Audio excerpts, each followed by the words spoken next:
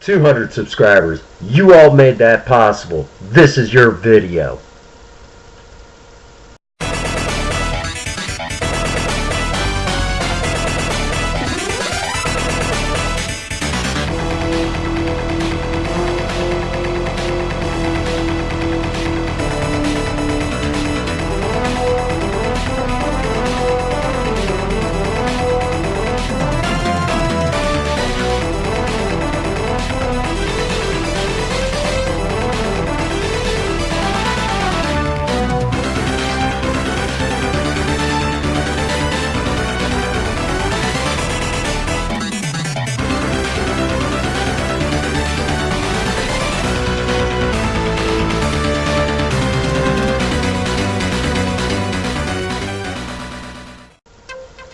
Hello again and welcome to the Prince Magnum channel. I'm your host Prince Magnum, and this is the channel where hot rodding and romance do coexist. This is just a special video. It's not attached to anything other than just a big thank you, and we're gonna have some fun with this video. We're just gonna do some stuff, okay? One that, 200 subscribers is no joke to me, okay? My channel gets out there by word of mouth. This is not just, where, I've got a big development deal, so I'm at 2 million subscribers. No, I don't have that. I have to go out and meet a lot of you in the public and tell you about my channel, and then you might tell a friend or two on Facebook or what have you, or I'll go to a car show or whatever. I have to go out by word of mouth. Now, eventually, I hope to get some business cards, but we're not there yet. Okay, it's on my to-do list, But anyhow, in this video, I thought it would be kind of cool to go back in time and take a look at the most popular video here on the Prince Magnum channel. It's oftentimes, I guess you could say, the teaser for bringing a few people on board. It's maybe brought me a couple subscribers.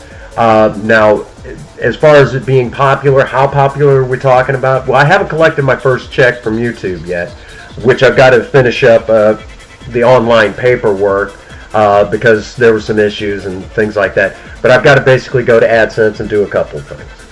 And then once that's done, everything's good to go, and I can start collecting my money from YouTube. That being said, when I go in and look at the statistics, the video in question, Life Hacks for Better Gas Mileage, 46,000 views and counting. It's brings in 89% of the money that I'm going to be collecting. It averages out about 2,000 hits a month. It is the most popular video on the Prince Magnum channel, hands down, bar none. That being said, I hate that video. But and it's 3 years old. It's taken 3 years to get it to that point.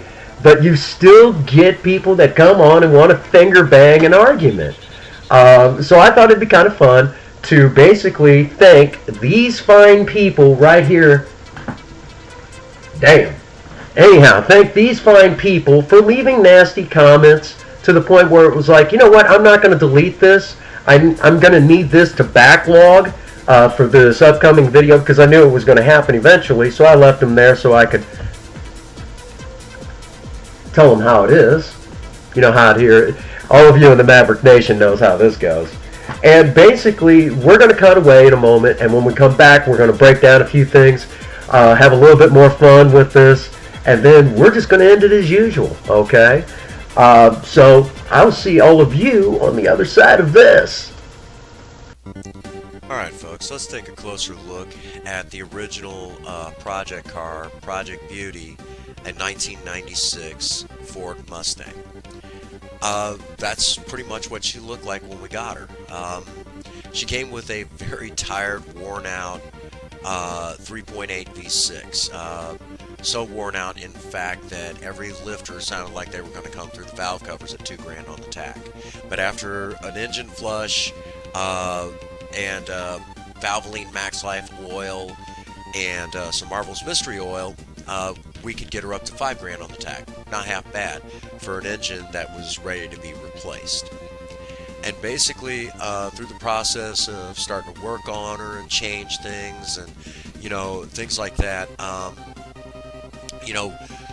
basically, by the time you all seen the life hack video, we were already deep into customizing Project Beauty, which initially the plans were to go ahead and drop an old style 302 5.0 for you young people, but we never got to that point because Project Beauty, as you can see by this picture, doesn't exist anymore. She was totaled. Princess Faye had a very horrible accident. Thankfully, she wasn't hurt too bad. But it seems like, for a video that's 3 years old, Project Beauty doesn't exist anymore. Obviously, this is in the past, but you still have keyboard warriors that want to come onto my channel, finger bang an argument, and it's annoying. So basically, let's cut to the chase. First and foremost, let's talk about the original video. For the record, even though it's my biggest money maker as far as videos go, we're talking 44,000 views and counting. I hate that video because for 7 minutes and 1 second, I just didn't feel I had enough time to explain everything that I was trying to convey to you, the viewer. The other problem is it was one of my earlier videos, and trying to explain what I was doing in those earlier videos, I was horrible at it. Every now and again, I'll actually watch one of those old videos, and it's like, my God, I sucked. But, that's the way it was back then, I didn't even have the editing equipment that makes videos like what you're seeing right now possible. It just wasn't in the cards yet. So that's the way it is, Project, the second video about Project Beauty and life hacks for better gas mileage was a poor production job, just simply put. Experience and time constraints, because even back then YouTube would not have let me, they wouldn't let me post videos any longer than 15 minutes, and I needed a lot more time to explain what was going on. So for the record, I hate that video, okay? However, the information in those videos is still pretty doggone valid, and let's explain what's really happening. The first thing that I catch a lot of flack for was the pod filter. The pod filter, they say it's not good for the engine. It'll cause problems. Don't listen to Prince Magnum. He doesn't know what he's talking about. And when I call them out on this, the first thing that they'll say is a video about that you can see on YouTube by Mighty Car Mods, where they discuss pod filters. And I watched that episode. And the first thing that Marty and Moob actually openly admit is it's not a full-on scientific experiment. They were just trying some different stuff, and they noticed a significant loss of power, and they were measuring it in kilowatts. I mean, obviously in this country we're going to measure it in horsepower and torque, okay? Torque being the first number on the list. And it didn't take me but a moment to figure out what was really wrong. The first thing that was wrong, why they were losing power, is the pod filters were usually towards the back of the engine. The reason being, they were using it on front-wheel drive vehicles, and the inlet, where the tube connected into the fender and then connected into the fuel injection system, all of that was towards the back of the engine bay. Well, it doesn't take a rocket scientist to figure out temperatures back there are going to be a lot hotter than they are going to be towards the front of the engine bay. Why is that? Because that's where the radiator is, up towards the front of the engine bay. Cool air is coming in there all the time. So the pod filter will work just fine. Now, a lot of people on Mustang forums, they buy a particular setup that comes off of eBay that basically replaces the original factory air filter box, and it works fine for them, and there's nothing wrong with that. However, they spent, in some cases, a little bit more money than me, so basically they have to justify themselves. They'll basically say that that whole setup messes with the onboard computer system, and I can actually prove where that's wrong. Um, Project Lena, a 2003 Pontiac Grand Am GT with the Pontiac Ram Air induction. Okay, this particular setup has a basically has the usual inlet in the fender, and it has a cowl kind of built into the front nose to force cold air in as you're going down the highway. Do you think that GM or even any of the manufacturers here in the United States spent the time to adjust the computer one way or the other for this additional extra air being forced into the engine? And the answer is most likely no, they didn't. Okay, so this setup will work just fine. Just remember, keep your pod filter close to the radiator, because simply put, if it's towards the back of the engine bay, you're sucking hot air in, and the people that are on these forums will be absolutely right. You'll see a loss in power, and you could have a catastrophic failure. That's the way it is.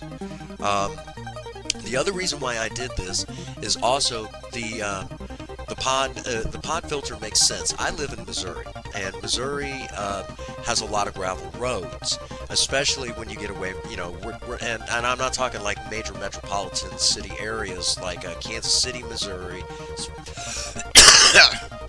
Springfield, Missouri, or St. Louis. I'm not talking about places like that. I'm talking like if you live down here in St. Francis County or Iron County, Franklin County, and the list will go on, you're going to get on a gravel road. Well, now that setup that was from the factory, or any setup for that matter, that goes into the fender is now sucking gravel, dirt, sticks, leaves, rocks, yard clippings, you name it. If it can suck it up, it does. And I have went and worked on other people's vehicles, for a friend, go to change the air filter, and I might as well have been pulling a compost heap out of their air filter box. By using the pod filter and getting it out of the fender, I've eliminated that problem. Okay. So again, this is a longevity thing. This is a functionality thing. And honestly, the car did run a lot better. Throttle response was greatly improved, and it wasn't a placebo effect because of the simple fact that I don't BS myself when I make modifications to my vehicles. There's no sense in BSing myself. Okay, so the pod filter will work just fine. Ignore those people. Just make sure that if you're gonna put one on your vehicle, the one thing that I will say that I should have done in that video, but I didn't do it, is I should have put some sort of heat shield in place. It would have been a lot better as far as helping the capabilities of the engine. The pod filter would have been much better, but I didn't have that available to me at the time. But it would have been better than what I had. Pod filters work just fine. Go out and pick yourself up a magazine. The best one I can tell you is Mustangs and other fast Fords, and I promise you will see pod filters. It's just that some people don't want to admit that even the pros are using them. Okay, so ignore them. So let's take a look at another one that I catch a lot of flack for. The lowering of temperature of modern engines. And it's always the same people. You can't do that. Newer engines are not like older engines. Okay, I'll play this game. New engines are not like the old ones. Do new engines still use air, gasoline, or do regular internal combustion engines still use air, gasoline, and spark for internal combustion? And the answer is yes. So guess what? They work just like the old ones. Now today, most engines are made out of aluminum. Aluminum is a very interesting metal. It's fantastic for letting go of heat. Um, it's great for that. However, it warps very easily at very low temperatures as compared to cast iron. Cast iron is very heavy. It's very dense. Sometimes just go into your grandmother's kitchen. I promise you, you'll find a cast iron skillet that she's had for many years, and that's just because cast iron's is magnificent for withstanding heat. However, cast iron is not cheap and plentiful anymore. Aluminum is, and manufacturers like aluminum because it's so cheap. So basically, you're paying more for a cheaper material for modern engines. This makes it very easy that if your engine overheats, basically goes to, a certain degree, which they're very vague on. They run them at 220, and they don't tell you, if it gets seriously above that.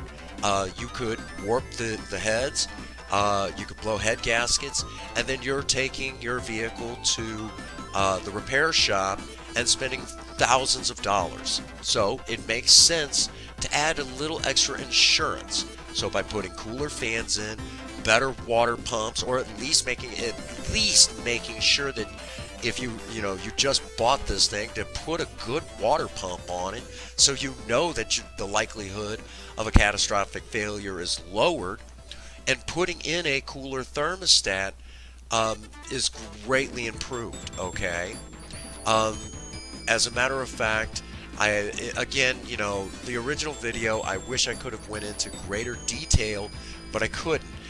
And I didn't have the camera equipment to show everybody the improvements in gas mileage. But when we got Project Beauty, 24 was the best you could do on the highway. At the end of it all, she was getting 27. Okay, not a big jump, but it was a jump. And considering that how much thermostats cost, the savings, basically the justification of the cooler thermostat, basically it just proves my point. So that's just the way it is. Now, again, your diehard Mustang fans and mechanics, they're going by the book. And again, the onboard computer will make adjustments to some degree. That's why I said 180 will be fine. If it's 195, 180 isn't going to hurt it. Okay, it's not going to hurt a dang thing. Now, if I put in like a 160, oh yeah, I'll agree with every last one of them. Then the haters that come onto my channel, I would agree with them 100%. A 160 is just way too cold. The computer will not be able to compensate that great, that amount. That's why I said 180 is good enough. Okay, if you live out in the desert, maybe 160 might be the way to go. Give it a try. I don't know. If you know different, if you know something about it, obviously not one of the haters, because they're not allowed to really talk on my channel anymore. I don't like them. They're this is for people that have constructive criticism. But if you live out in the desert and try it out and let me know in the comments below. If it helps you out any. Just the way it is. Now, and I'm going to give a case in point again. How people don't think you. People don't think you can really change these engines around a little bit to kind of change capabilities a little bit to make improvements. Take a look at this particular picture right here. There used to be a tube that ran across the top of the engine from the valve cover to the air intake tube. There's already a PCV valve in the on the other side towards the back in the valve cover. Okay, so it's on the passenger side towards the back of the valve cover, connected into the tube for the fuel. It's connected to the fuel injection system on top of the engine. Well, automatically the idiots on the Mustang forums and some of the people that do not realize what, if they watch later videos, they wouldn't understand what they're seeing.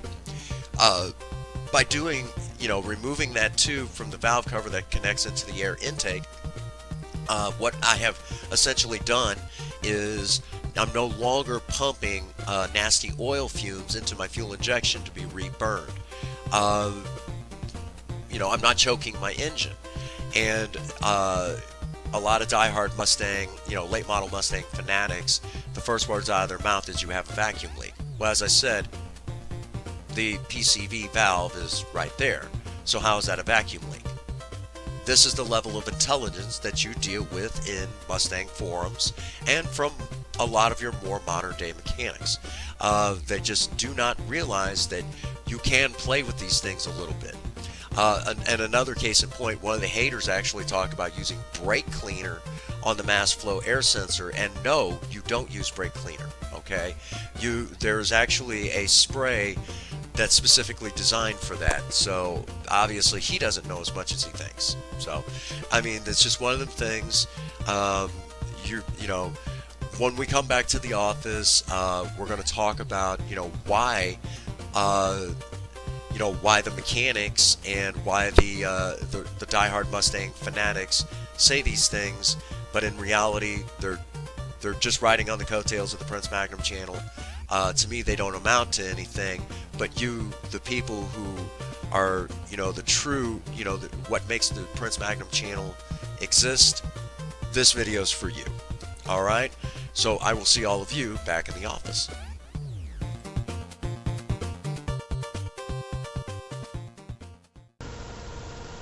Welcome back. Welcome back.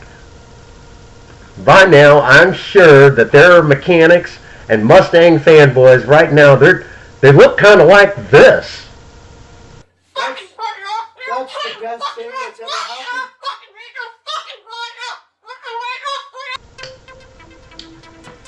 Yeah, they look pretty pissed, don't they? Now, for the record, I'm not just picking on these people. It's just I'm tired of it. So they're catching flack for it. It's like you came to my job and busted my chops. Okay, this is my other job, if you will. Okay, and in all respect, all due respect, there's really two types of mechanics that leave nasty comments here on the Prince Magnum channel for that video. The one mechanic is they're by the book. They know what the engineer intended, and they don't realize that a lot of times, even today, the engineers play it safe. This is why, if you go back in time, you can still buy replica signs that say like genuine Ford parts, or genuine GM parts, or genuine Chevrolet parts. There's a reason for that. The manufacturers and the engineers didn't want you to mess with the vehicle too much, because if you took it to a mechanic who was a by-the-book kind of guy, he may not know how to work on it. And then you're sitting there saying, well, it's a bad vehicle. That's not necessarily the case. It's just they know by the book, okay? It's the way it is. And these mechanics are fine mechanics, okay? There's some of them right here on YouTube, and some of them I actually follow, okay? I've got nothing bad to say about them. But then there's the darker side of this. There are some mechanics, and I could probably start naming off a few of them, that don't want you to modify your vehicle to extend the longevity, to get better gas mileage, to do these modifications. Why do they not want you to make these modifications? They want you to blow up your engine. They want you to have catastrophic failure. They want you to bring your vehicle to their shop. Okay? The reason being is because if you go there with a blown head gasket, warped heads, melted pistons, you bring your vehicle to them, it's going to cost you thousands of dollars, and a video like what you just, like the original one and the one that I just showed now, they don't want you to see it because it's going to cost them money. Now, the real truth of it is, that's their fear. The real truth of it is even all the stuff that we do today on do-it-yourself budget hot rodding, most people are not going to do, even in the Maverick Nation. Most people don't feel they have the time. Most people don't want to take the time. The vehicle runs fine the way it is. Who gives a crap? To them, it's good, solid entertainment. Is there anything wrong with that? No. Watch the video and enjoy it. But these bad mechanics are that scared. I think those of us in the Maverick Nation, even a great deal of the many passerbyers, already know that. I oftentimes say to Big Bad Bird that I have some of the smartest subscribers in the world, okay? Period. They challenge me to get better in every aspect here on the channel. Now, that also being said, Mustang fanboys are very funny people. I'm not talking about the ones that go for like the 60s and 70s Mustangs.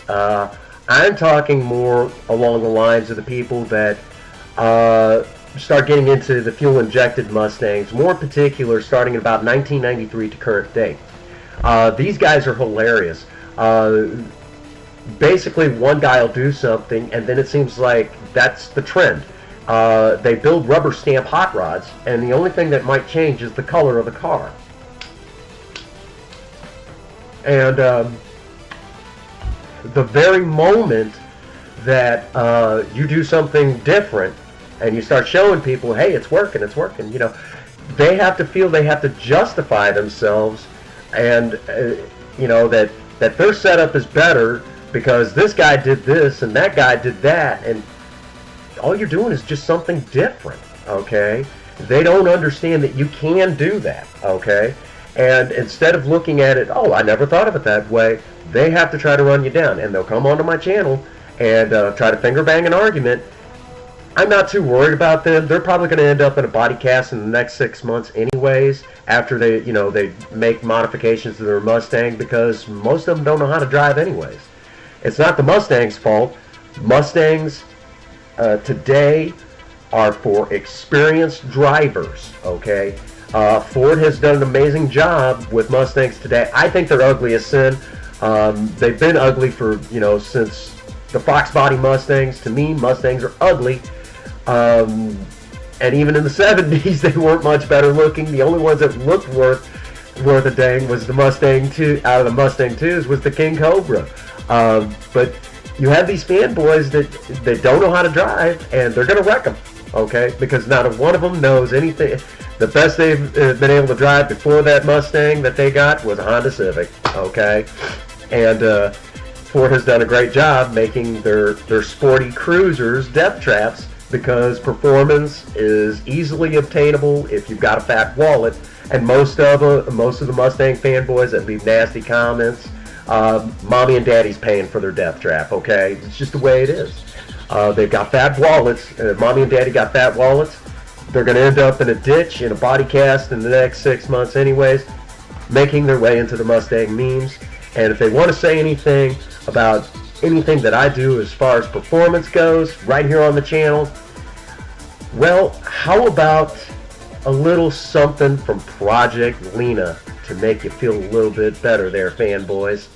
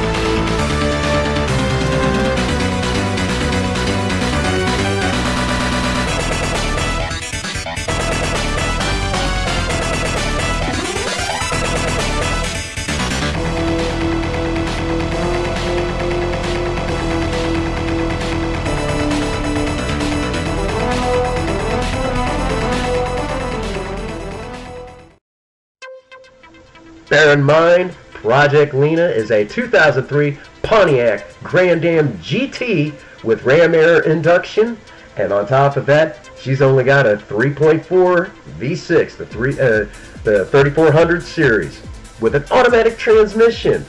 Bet you that makes it feel pretty good now, doesn't it? And the only thing that we've done so far is just put in a better air filter.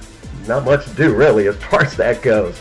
So the next time you guys want to smart off, just remember, I've been doing this for years, and I have no problem making you look stupid. Alright, that brings us to the usual spot. If you like this video, be sure to hit the like button. I always appreciate it, especially also if you leave good positive feedback. Love that stuff. Love good positive feedback. If you leave any hate, you're going to end up like the guys that were just mentioned before. Okay, just be forewarned. And real quick, I want to give a very special shout out to a gentleman who helped me get to 200 subscribers. A big shout out to Dan Martin and his wife Heather for basically kind of getting the word out to some old high school friends. And basically they turned around and just started hitting the subscribe button. And amazingly enough, Dan Martin he actually graduated a year after me, and I guess this is his way of repaying me for getting him through algebra class. Hadn't forgotten that, buddy. And as a big promise, the day will come when hopefully him and I, basically him, his wife, myself, and of course Princess Faye will go somewhere. And yes, I promise to do a live version of Calling Dr. Love again, because some people will not let high school go. Okay? So there you have it, folks. As usual, get out there and work on a project. Don't care what it is. Just do something with yourself. If you have a sweetheart, sweep them off their feet. Do something special for them today. They have to put up with us husbands, all right?